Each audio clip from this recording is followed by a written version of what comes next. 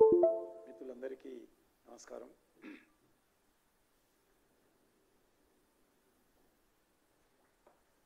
ఈరోజు జరిగినటువంటి లోక్సభ ఎన్నికల కౌంటింగ్లో భారతీయ జనతా పార్టీకి గత పార్టీ స్థాపించినప్పటి నుంచి మొదటిసారిగా అత్యధికమైనటువంటి లోక్సభ స్థానాలలో విజయం తెలంగాణ ప్రజలు ఇవ్వడం జరిగింది. ఆ రకంగా ఉమ్మడి ఆంధ్రప్రదేశ్లో కూడా ఆంధ్రప్రదేశ్ తెలంగాణ కలిపి కూడా ఏ రోజు కూడా మేము ఇన్ని స్థానాలలో స్వతంత్రంగా పోటీ చేసి గెలవలేదు. కానీ ఈరోజు బీజేపీ ఏ పార్టీతో పొత్తు లేకుండా స్వతంత్రంగా తెలంగాణ రాష్ట్రంలో 8 స్థానాలలో విజయం సాధించడము నిజంగా తెలంగాణ ప్రజలు భారతీయ జనతా పార్టీ పట్ల, నరేంద్ర మోడీ గారి నాయకత్వం పట్ల విశ్వాసంతో ఈ యొక్క బీజేపీ అభ్యర్థులను ఆశీర్వదించి మరి విజయాన్ని చేకూర్చారు. నరేంద్ర మోడీ గారి నాయకత్వం పట్ల తెలంగాణ ప్రజలు సంపూర్ణమైనటువంటి విశ్వాసాన్ని ఉంచి బీజేపీని ఆదరించడం జరుగుతుంది. అంతేకాకుండా గణనీయమైనటువంటి ఓటింగ్ కూడా ఎక్కడైతే మేము విజయం సాధించలేదో ఆ స్థానాలలో కూడా పెద్ద ఎత్తున ఓటింగ్ పర్సెంటేజ్ కూడా భారతీయ జనతా పార్టీ ఈ ఎన్నికల్లో పొందడం జరిగింది. చాలా తప్పుడు ప్రచారం, బీజేపీ గెలిస్తే రాజ్యాంగాన్ని మారుస్తారు, పేదలకు ఇస్తున్నటువంటి రిజర్వేషన్ తీసేస్తారు అనేటువంటి తప్పుడు ప్రచారం చేసినప్పటికీ కూడా అటు కాంగ్రెస్ పార్టీ, బీఆర్ఎస్ పార్టీ ఇద్దరు కలిసి జతకట్టి మా మీద బురద జల్లినప్పటికీ, విష ప్రచారం చేసినప్పటికీ కూడా తెలంగాణ ప్రజలు వాళ్ళ మాటలు నమ్మలేదు.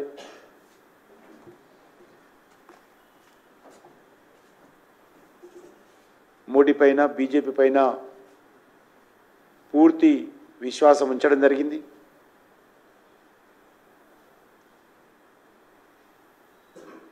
భారతీయ జనతా పార్టీ తెలంగాణ రాష్ట్రంలో ఈ ఎన్నికల ద్వారా తన బలాన్ని పెంచుకోవడం జరిగింది. ఒక రాజకీయ శూన్యత తెలంగాణ రాష్ట్రంలో కాంగ్రెస్ పార్టీ ప్రభుత్వం అధికారంలోకి వచ్చిన తర్వాత వారు అవలంబిస్తున్నటువంటి వైఖరితో ప్రజలలో ఒక నిరాశ, నిస్పృహ ఏర్పడింది. ఏ బీఆర్ఎస్ పార్టీ పోవాలనుకున్నారో, ఏ అవినీతి పాలన పోవాలనుకున్నారో, ఏ కుటుంబ పాలన పోవాలనుకున్నారో, మళ్ళీ దాని స్థానంలో వచ్చినటువంటి కాంగ్రెస్ పార్టీ పాలన చూసిన తర్వాత ప్రజలు నిరాశ, నిస్పృహ గురయ్యారు. ఏ రకంగా అయితే బీఆర్ఎస్ పరిపాలన చేసిందో అదే పద్ధతిలో గత 6 నెలలుగా కాంగ్రెస్ పార్టీ ప్రభుత్వం ఈ యొక్క తెలంగాణ రాష్ట్రంలో పరిపాలన చేసినప్పుడు ఇచ్చినటువంటి మాటలు, ఇచ్చినటువంటి గ్యారంటీల మీద నిలబడకపోవడము, మరి గత ఎన్నికలకు ముందు కాంగ్రెస్ పార్టీ చేసినటువంటి అనేకమైనటువంటి ఉపన్యాసాలు కానీ, ప్రచారాలను కానీ, మరి ప్రజలకు ఇచ్చినటువంటి హామీలను కానీ ఏది కూడా కాంగ్రెస్ పార్టీ ఇచ్చిన మాట మీద, ఇచ్చిన హామీల మీద నిలబడకుండా మాట తప్పే ప్రయత్నం చేయడంతో తెలంగాణ ప్రజలు తీవ్ర నిరాశ, నిస్పృహలతో ఉన్నారు. మరి ఈరోజు వారికి భారతీయ జనతా పార్టీ ఒక ఆశగా తెలంగాణ ప్రజలకు అనిపించింది. తప్పకుండా తెలంగాణ ప్రజల ఆకాంక్షలకు అనుగుణంగా ఏదైతే ఈరోజు విశ్వాసం ఇచ్చి 8 సీట్లు అత్యధికమైనటువంటి ఓట్లు బీజేపీకి ఇవ్వడం జరిగిందో దాన్ని తప్పకుండా నిలబెట్టుకొని రానున్న రోజుల్లో మరింత ఉత్సాహంతో, మరింత పట్టుదలతో, మరింత అంకిత భావంతో భారతీయ జనతా పార్టీ తెలంగాణలో పనిచేస్తుంది. తెలంగాణ ప్రజల పక్షాన నిలబడి ప్రజల గొంతుకగా రానున్న రోజుల్లో మేము మా కార్యాచరణ ప్రణాళిక రూపొందించుకొని ముందుకెళ్తామని ఈ సందర్భంగా భావిస్తా ఉన్నాను.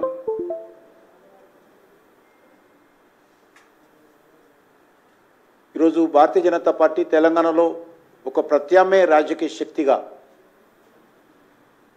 ఈరోజు చాలా స్పష్టంగా ప్రజల ముందుకు రావడం జరిగింది.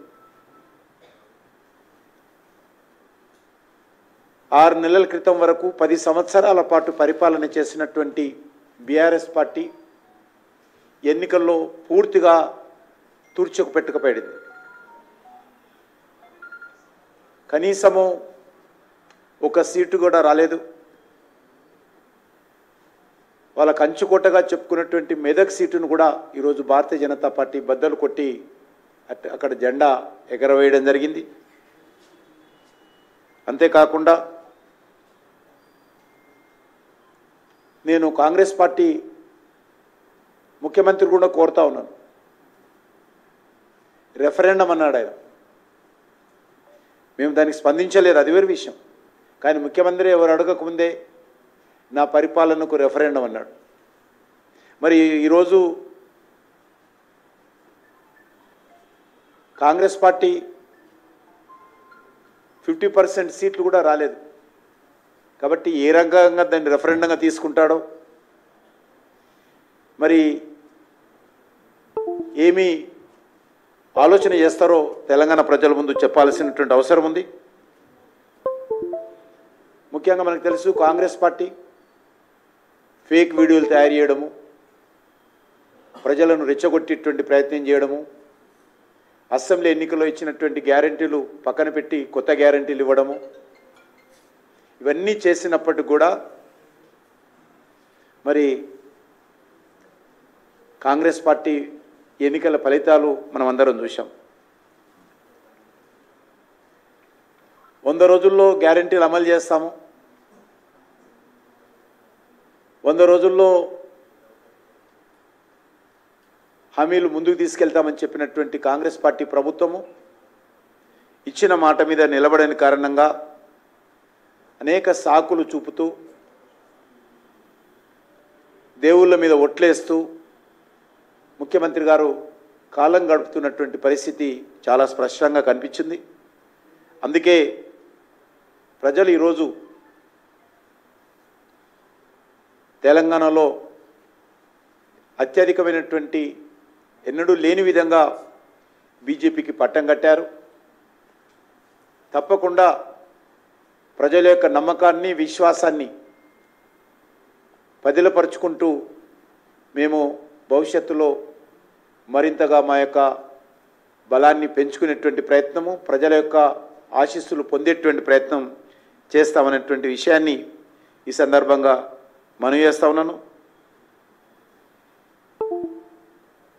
కాంగ్రెస్ పార్టీ హామీలు ఇస్తుందే తప్ప, అది శాసనసభ ఎన్నికల్లో కావచ్చు, పార్లమెంట్ ఎన్నికల్లో కావచ్చు, ఏ హామీలు ఏ రకంగా అమలు చేయబోతున్నారు, వాళ్ళకి సంబంధించినటువంటి రూపకల్పన ఏంటి, ఏ రకంగా వనరులు సమకూర్చుకుంటారు, ఏ విషయం పట్ల కూడా స్పష్టత లేని కారణంగా కూడా తెలంగాణ ప్రజలు ఈరోజు అయోమయంలో ఉన్నారు.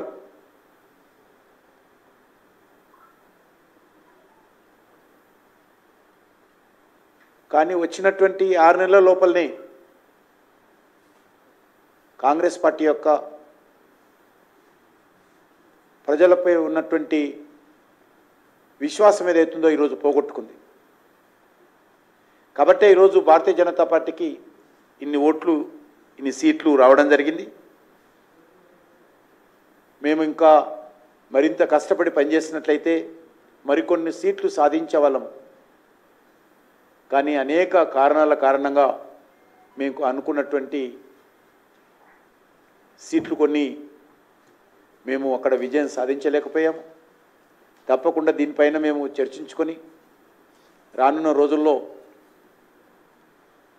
మరింతగా ప్రజల మధ్యలోకి వెళ్ళి ఏ రకంగా పనిచేయాలో, ఏ రకంగా మా శక్తిని పెంచుకోవాలో మేము కార్యాచరణ ప్రణాళిక రూపొందించుకొని ముందుకెళ్తామనేటువంటి విషయాన్ని ఈ సందర్భంగా మనవి చేస్తూ,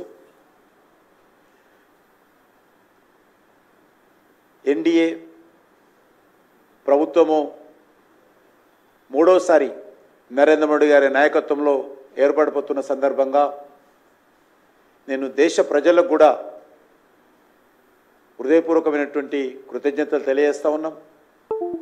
తప్పకుండా నరేంద్ర మోడీ గారి నాయకత్వంలో ఏదైతే గత 10 సంవత్సరాలుగా మేము అనేక కార్యక్రమాలు చేపట్టామో అవి అభివృద్ధికి సంబంధించినటువంటి విషయాలు కావచ్చు, విధానపరమైన విషయాలు కావచ్చు, దేశ గౌరవాన్ని పెంచేటువంటి విషయాలు కావచ్చు, వాటిని మరింత పట్టుదలతో మరింత అంకిత భావంతో భవిష్యత్తులో మోడీ గారి నాయకత్వంలో ముందుకు తీసుకెళ్తామని చెప్పి కోరుకుంటూ, నేను ఎన్నికల్లో భారతీయ జనతా పార్టీని ఆదరించినటువంటి ఓటరు మహాశయులందరికీ కూడా నేను హృదయపూర్వకమైనటువంటి కృతజ్ఞతలు తెలియజేస్తా ఉన్నాను. అదేవిధంగా మండు టెండర్లను కూడా లెక్క చేయకుండా భారతీయ జనతా పార్టీ కార్యకర్తలు, నాయకులు సుమారు గత 4 నెలల నుంచి మరి ఎంతో కష్టపడి పనిచేయడం జరిగింది. కార్యకర్తల యొక్క కష్టము, ప్రజల యొక్క ఆశీస్సులే ఈరోజు ఈ ఫలితాలను నాకు తెచ్చిపెట్టాయి. కాబట్టి నేను పార్టీ కార్యకర్తలకు, నాయకులకు కూడా రాష్ట్ర భారతీయ జనతా పార్టీ తరఫున మరి హృదయపూర్వకమైనటువంటి కృతజ్ఞతలు పార్టీ కార్యకర్తలకు మీ ద్వారా కూడా తెలియజేస్తా ఉన్నానని ఈ సందర్భంగా మనవి చేస్తూ, మరి ఈరోజు మనం చూస్తూ ఉన్నాం ఇటీవల జరిగినటువంటి 4 రాష్ట్రాలలో ఎన్డీఏ భాగస్వామ్య పార్టీల అధికారంలో రావడం జరిగింది. అరుణాచల్ ప్రదేశ్, ఒరిస్సాలో భారతీయ జనతా పార్టీ నేతృత్వంలో అధికారంలోకి వచ్చాం.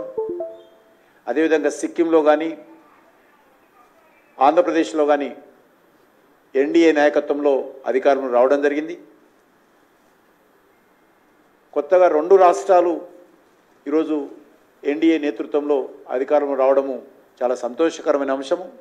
అదేవిధంగా ఆంధ్ర రాష్ట్రంలో కూడా అక్కడి ప్రజలు మరి నరేంద్ర మోడీ గారి నాయకత్వంలో కానీ, అక్కడ ఉన్నటువంటి చంద్రబాబు నాయుడు నాయకత్వంలో కానీ, జనసేన అధినేత అయినటువంటి పవన్ కళ్యాణ్ గారి నాయకత్వంలో కానీ మరి అద్భుతమైనటువంటి మెజారిటీ ఆంధ్రప్రదేశ్లో కూడా ఇవ్వడం జరిగింది. నేను ఒక తెలుగు రాష్ట్రానికి సంబంధించినటువంటి రాష్ట్ర అధ్యక్షుడిగా, కేంద్ర మంత్రిగా ఆంధ్రప్రదేశ్ ప్రజానీకాన్ని కూడా మరి హృదయపూర్వకమైనటువంటి కృతజ్ఞతలు తెలియజేస్తా ఉన్నాను. తప్పకుండా రానున్న రోజుల్లో మరి దేశవ్యాప్తంగా కూడా అభివృద్ధి విషయంలో మరింత వేగవంతంగా, మరింత నిర్మాణాత్మకంగా ముందుకెళ్తామని ఈ సందర్భంగా మనవి చేస్తా ఉన్నాను.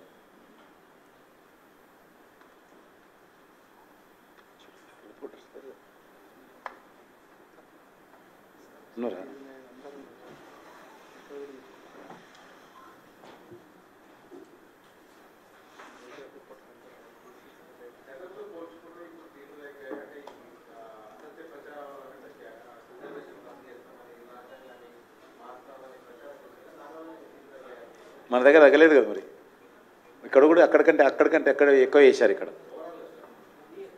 ఓవరాల్గానే అంటున్నాను, అదే కారణం అని కదా, అనేక కారణాలు ఉంటాయి. ఉదాహరణకు సికింద్రాబాద్లో కాంగ్రెస్ పార్టీ ప్రధాన పోటీ కాదు నాకు. అక్కడ కాంగ్రెస్ ముసుగులో మజ్లిస్ పార్టీ ప్రధానమైనటువంటి పోటీ సికింద్రాబాద్లో.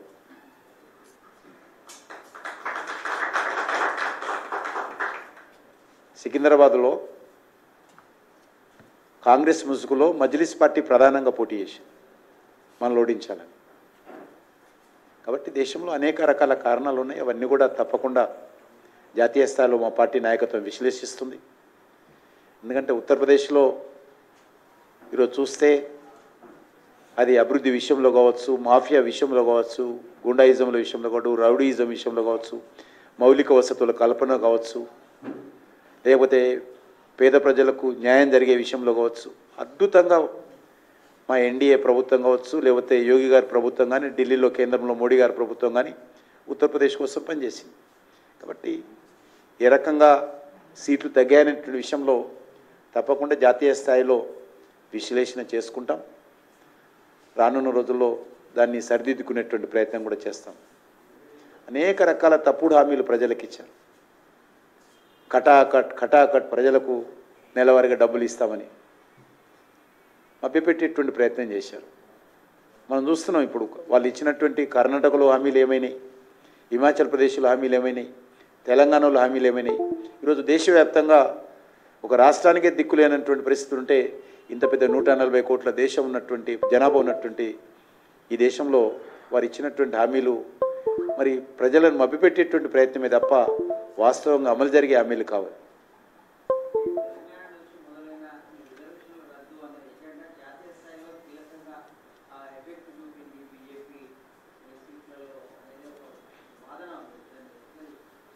బట్ ఇక్కడ ప్రజలైతే నమ్మలేదు. ఇక్కడ నుంచి స్టార్ట్ అయినా కూడా తెలంగాణ ప్రజలు నమ్మలేదు. ఎందుకంటే కాంగ్రెస్ పార్టీ ఏంటో గత 6 నెలలుగా అధికారంలోకి వచ్చిన తర్వాత స్వయంగా మళ్ళీ ఒకసారి అనుభవిస్తున్నారు కాబట్టి వాళ్ళ మాటలు నమ్మలే.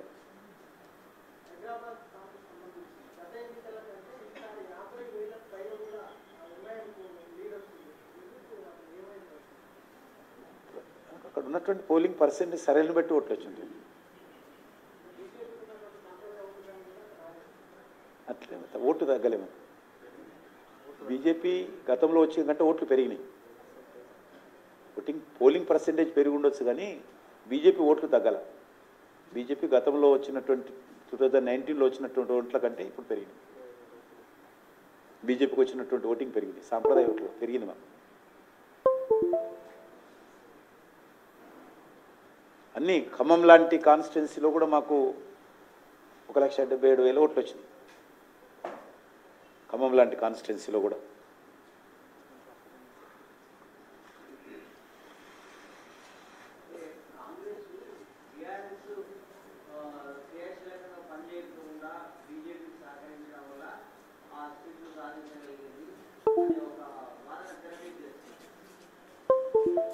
మరి వాళ్ళు ఎందుకు గెలవలేదట? వాళ్ళు కూడా మాకు సహకరించారా మరి అన్ని సీట్లలో?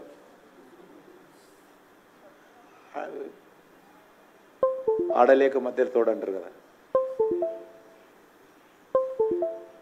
ఈరోజు నాంపల్లిలో నేను చూస్తా కదా, నాంపల్లి అసెంబ్లీలో కాంగ్రెస్ కార్యకర్తలు ఎక్కడ పోలే, డోర్ టు డోర్ క్యాంపెయిన్ చేయలే, కరపతాలు వంచలే, మీటింగ్లు పెట్టలే, అభ్యర్థి ఏ రోజు కూడా అక్కడ వచ్చినట్టు కూడా తెలియదు. మరి ఓట్లు వచ్చినాయి కాంగ్రెస్కు. కాబట్టి అదొకటే ఇష్యూగా టీఆర్ఎస్ పార్టీ తెలంగాణ ప్రజలు వద్దనుకున్నారు, గత శాసనసభ ఎన్నికల్లో చూశారు.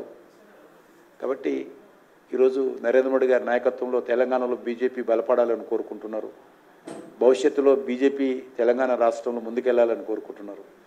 కాబట్టి ఆ దిశలోనే ఈ ఓటింగ్ సరళి జరిగిందని మేము అనుకుంటున్నాం.